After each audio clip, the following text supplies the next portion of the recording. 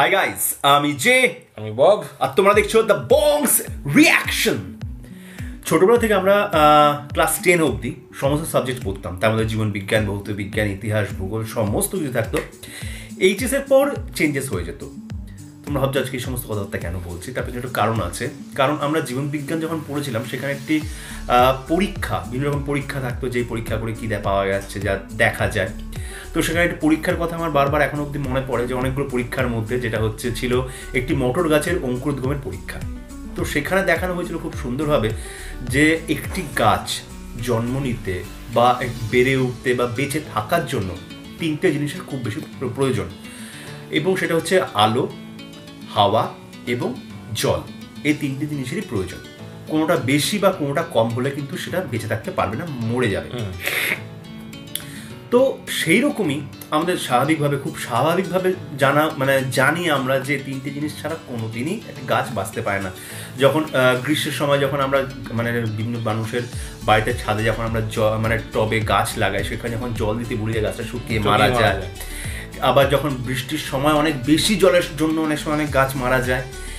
আজকে একটি নিউজ আমরা সময় টিভিতে দেখলাম, যেটার নাম হচ্ছে সাহাবি গাছ, দ্য ব্লেসেড ট্রি, যেটা কিনা 150 বছর ধরে দাঁড়িয়ে রয়েছে। 1500 বছর দাঁড়িয়ে রয়েছে। তো 1500 বছর, এখানে একটা কোশ্চেন মার্ক, এত বছর ধরে বেঁচে গেছে। তার থেকে বড় একটা কোশ্চেন মার্ক হচ্ছে এটা দাঁড়িয়ে রয়েছে কোথায় না, একটি মরুভূমির মাঝখানে, যেটা জর্ডানের একটি মরুভূমির মাঝখানে। বিস্ময়কর ব্যাপার একটা, যে একটি গাছ মরুভূমির মাঝখানে, যেখানে আমরা জল পিপাসু হয়ে পড়ি, মাঠ পুরো ফেটে যায়, অবস্থা মাটি যেগুলো থাকে সেগুলো ফাটল ধরে যায়, এতটা রোদের প্রখর থাকে সেখানে, তাপ, এবং যার ফলে মানুষজন মারা যায়। সেখানে গাছ কিভাবে জন্মায়? ম্যাক্সিমাম যেগুলো জন্মায় সেগুলো কাঁটা জাতীয় বা গুল্ম জাতীয় কিছু গাছ জন্মায়, তো সেগুলো খুব অল্প পরিমাণে, কিন্তু এটা কিন্তু পুরোপুরি অন্য গাছ। তো সেই রকম একটি নিউজ আজকে তুলে ধরেছে সময় টিভি, যেটা দেখে আমাদের চোখ দুটো বিস্ফোরিত হয়ে গেছিল।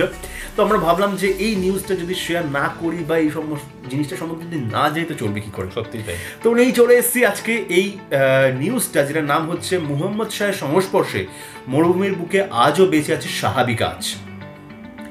তো চলো দেখে নিয়ে, আমরা তো এক্সাইটমেন্টটাকে লুকিয়ে রাখতে পারছি না, কারণ দেখতে হবে কত তাড়াতাড়ি যে জিনিসটা কি বলছে। তো সময় টিভি থেকে আমরা নিচে অরিজিনাল ভিডিও লিঙ্কটা আমাদের ডিসক্রিপশন বক্সে দেওয়া থাকবে, চলে যাবে। চ্যানেলটা সাবস্ক্রাইব করবে, ভিডিওটা লাইক শেয়ার, তারপর চলবে দ্য বংস রিয়াকশনে, মনের মতো রিয়াকশন দেখার জন্য। তো চলো দেখে নি নিউজটা, তারপর বাকি কথা হবে। ট্রি অফ আল বুকাইয়া। হ্যাঁ ভাই, মুখস্থ করেছে, আমি মুখস্থ করে নিয়েছিলাম। ইসলাম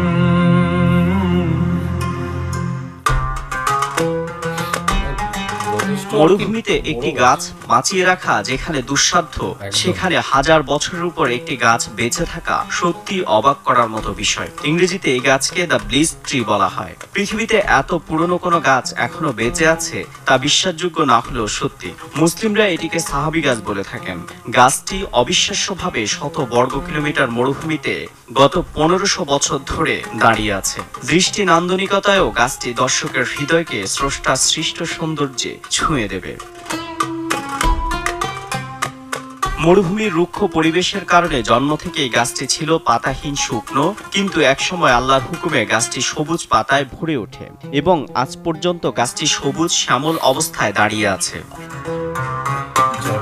অবিশ্বাস্য এই গাছটি জর্ডানের মরুভূমির অভ্যন্তরে সাফাই এলাকায় দণ্ডায়মান। জর্ডানের বাদশাহ আব্দুল্লাহ সর্বপ্রথম এই স্থানটিকে পবিত্র স্থান হিসেবে ঘোষণা দেন। 582 খ্রিস্টাব্দে সর্বশ্রেষ্ঠ মানব হযরত মুহাম্মদ সাল্লাল্লাহু আলাইহি সাল্লামের বয়স তখন 12 বছর। তিনি তার চাচা আবু তালিবের সঙ্গে বাণিজ্য উপলক্ষে হিজাজ অঞ্চলের মক্কা থেকে তৎকালীন শাম বা সিরিয়ার উদ্দেশ্যে যাত্রা করেন। যাত্রাপথে সিরিয়ার অদূরে জর্ডানে এসে উপস্থিত হন। জর্ডানের সেই এলাকাটি ছিল শত শত মাইল ব্যাপী বিস্তৃত উত্তপ্ত বালুকাময় এক মরুভূমি। মুহাম্মদ সাল্লাল্লাহু আলাইহি ওয়াসাল্লাম এবং তার চাচা আবু তালিব মরুভূমি পাড়ি দেওয়ার সময় ক্লান্ত হয়ে পড়েন। তখন তারা একটু বিশ্রামের জায়গা খুঁজছিলেন, কিন্তু আশেপাশে তারা কোনো বসার জায়গা খুঁজে পাচ্ছিলেন না। চারিদিকে যতদূর চোখ যায় কোনো বৃক্ষরাজির সন্ধান পাচ্ছিলেন না। কিন্তু দূরে একটি মৃতপ্রায় গাছ দেখতে পেলেন তারা। উত্তপ্ত মরুভূমির মাঝে গাছটি ছিল লতা পাতাহীন, শীর্ণ ও মৃতপ্রায়।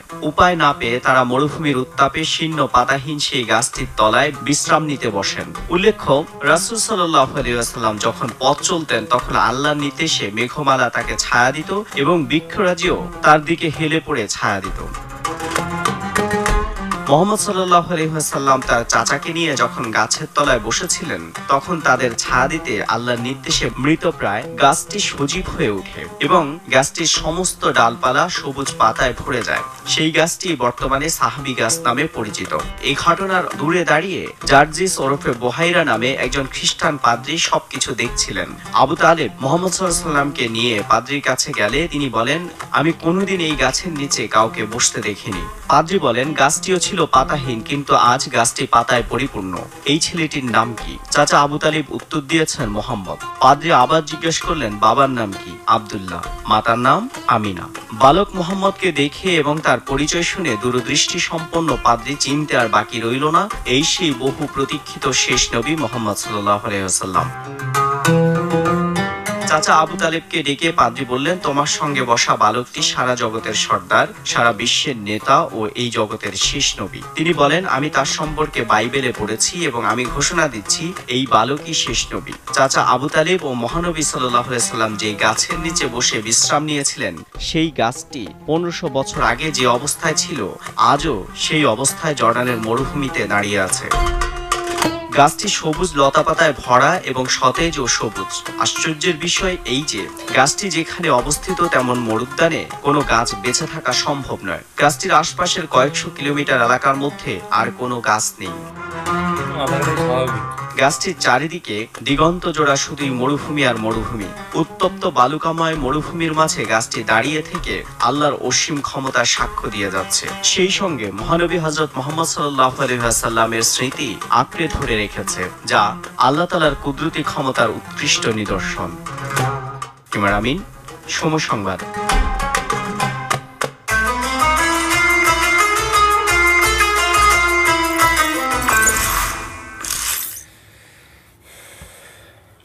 সময় টিভি কিন্তু খুব সুন্দর সুন্দর জিনিসগুলো কভার করে, মানে এই জিনিসগুলো কিন্তু অনেকেই জানেন না আর কি। এখানে একটা কথা বলতে চাই যে যেটা বলছিলাম যে আল্লাহ বা ঈশ্বর বা ভগবানের সৃষ্ট বিভিন্ন রকম জিনিসগুলো যেগুলো ইতিহাসের পাতায় তো স্বর্ণাক্ষরে লেখা রয়েছে এবং তার সাথে যে বিজ্ঞানকে হার মানাচ্ছে এরকম দর্শন এটা একটা পাওয়া গেল, যেখান থেকে হয়তো বৈজ্ঞানিকরা অনেকদিন ধরে এটার উপর মেবি রিসার্চ করছে, ডেফিনেটলি রিসার্চ করছে, এটা হতে পারে না যে রিসার্চ করছে না, যে কিভাবে এতদিনের উপর একটি গাছ বেঁচে আছে, তাও আবার এরকম একটা মরু অঞ্চলে। তো সেখান থেকে বলা যেতে পারে যে বিস্ময়কর জিনিসপত্র রয়েছে এবং সেগুলোকে আমাদের মান্যতা দিতে হবে এবং সেগুলোকে স্বীকার করতে হবে যে হ্যাঁ আছেন, এটা কিন্তু তার একদম প্রকৃত উদাহরণ বলা চলে। এর থেকে বেশি আর কিছু বলার নেই। 1500 বছর আবার মরুভূমিতে এটাই রয়েছে, বিশ্বাসযোগ্য নয় আর কি, একদম বিশ্বাসযোগ্য নয়। বেশ অসাধারণ লাগলো, নতুন জিনিস একটা জানতে পারলাম এবং ধন্যবাদ সময় টিভিকে এত সুন্দর জিনিসগুলোকে এত সুন্দরভাবে প্রেজেন্ট করার জন্য। আমাদের কাছে এত সুন্দর জিনিসগুলো জানতে পারছি, যেগুলো ওই যেটা বললাম ইতিহাসে লেখা এবং বৈজ্ঞান সম্মতভাবে দেখাচ্ছে এটার বাস্তব রূপ রয়েছে। এমন না যে সেটা বাস্তব রূপ নেই, কল্পনা জগতেই রয়েছে। বাস্তব রূপে যখন রয়েছে সেটাকে মানতে আমরা বাধ্য, প্রত্যেকেই মানতে হবে। বেশ ভালো লাগলো। আর তোমাদের যদি আমাদের সাথে এই ভিডিও দেখে ভালো লেগে থাকে তাহলে করে দাও লাইক, শেয়ার, সাবস্ক্রাইব আর বেলবাটনটা টান করে বাজিয়ে দাও। যারা আমাদের চ্যানেল নতুন চ্যানেল তাড়াতাড়ি সাবস্ক্রাইব করে নাও আর বেশি করে কমেন্ট করো, জানাও কেমন লাগলো আমাদের রিয়াকশন। আর তার সাথে ইনস্টাগ্রামে দুজনকে বেশি করে ফলো করো আর ইউটিউবের চ্যানেলটাকে বেশি করে শেয়ার করতে হবে যাতে সাবস্ক্রাইবার্স বেশি করে বাড়ে। আর তার সাথে এখনও যারা ফেসবুক গ্রুপে জয়েন করোনি তারা জয়েন করে নাও আর পেজটাকে লাইক করে সব জায়গায় ছড়িয়ে দাও, কোথাও ছেড়ো না। তো সবাই ভালো থাকো, সুস্থ থাকো, সবাইকে ভালোবাসা ছড়িয়ে দিও। পরবর্তী ভিডিওতে তোমাদের সাথে আবার দেখা হচ্ছে, ততক্ষণের জন্য টাটা।